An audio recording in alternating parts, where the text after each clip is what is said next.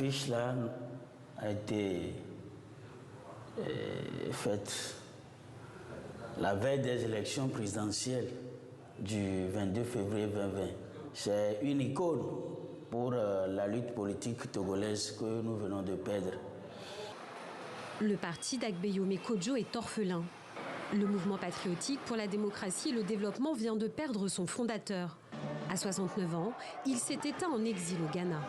Le président démocratiquement élu n'est pas décédé pour nous, qui sommes ses collaborateurs immédiats.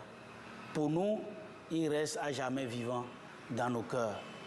Au cours de sa vie politique, Agbeyome Kodjo est passé des arcanes du pouvoir à membre actif de l'opposition. Après avoir été président de l'Assemblée nationale, en 2000, il devient le Premier ministre de Yacine-Bé Yadema. En 2002, il est débarqué du gouvernement. Il prend alors le chemin de l'exil et s'installe en France. Avant de revenir en 2005, après la mort de Yacine-Bé Yadema. En 2008, Agbeyome Kodjo lance son parti. Et après avoir tenté une alliance entre opposants, 2 ans plus tard, l'ex-chef du gouvernement brigue seul le mandat présidentiel. Nous avons décidé donc, de réactiver notre candidature et de commencer donc, le travail sur le terrain.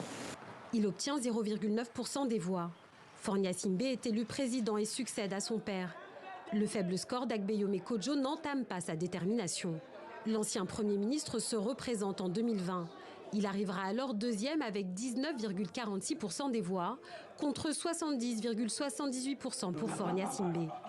Réélu pour un 4e mandat. Mais l'ancien Premier ministre togolais n'en démord pas. Selon lui, il est le vainqueur de l'élection. Je suis le président démocratiquement élu à l'issue du scrutin du 22 février 2020.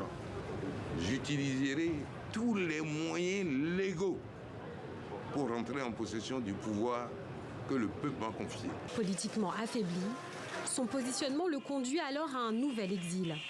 Jusqu'au bout, Agbeyome Kodjo aura revendiqué la victoire à la présidentielle de 2020.